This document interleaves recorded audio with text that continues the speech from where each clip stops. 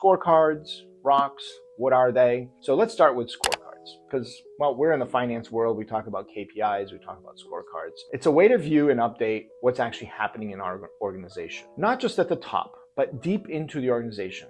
For example, staff accountants, FP&A analysts, software developers. Everybody has a scorecard.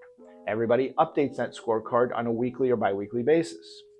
It allows us to monitor the progress of weekly, quarterly, and even annual goals by measuring the progression of those metrics. It's not that it's in real time, but it helps us inform our conversations during our weekly or bi-weekly check-ins with our teams. In tandem with our core values, this will measure accountability throughout the organization. Scorecards, my advice, keep it simple. Focus on the 80-20 rule. What is the most important thing we need to be tracking? Because the last thing you want to do is create another job to fill out scorecards. Now, what are these things we call rocks? Well, a rock is a specific and measurable priority that will move our organization forward. Some are dynamic moves. Identify 2 to 3 acquisitions in Q4. Others could be identify 2 or 3 ways to improve our inbound marketing efforts.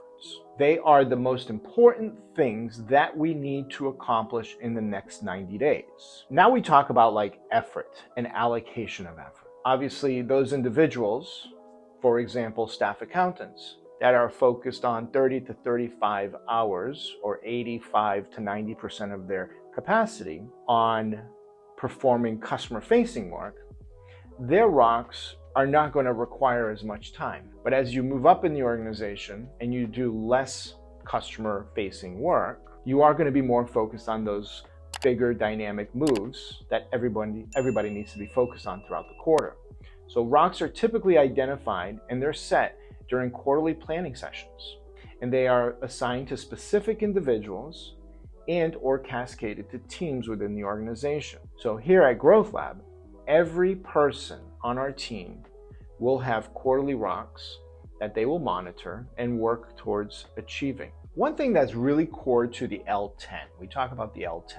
The L10 is essentially your weekly, bi-weekly, monthly check-in with your team. It's an L10 because it's highly structured. But one of the most important components of the L10 is the IDS section, issues, both short-term and long-term issues. And it's a place where both leadership teams and team members can park items that need to be fixed, improved, changed in the business. By the way, issues don't have to be a negative connotation. It could be an opportunity, especially in customer success or customer experience, in revenue operations, or even a referral that may have come in, an expansion of scope in services. So once we have an exhaustive list, then we follow the IDS process during our regular meetings. This helps to create that culture of openness, honesty, and a for the good of the company mindset, which means that we boldly and routinely call out issues in the business to solve. There's no sacred cows. And more importantly, there's no disrespecting each other, because to have open and honest conversations, all issues need to be dealt with. Hey everyone, thanks again for watching. If you're interested in learning more about our journey in EOS, feel free to reach out to me personally. We actually work with a lot of businesses around implementing their EOS journey.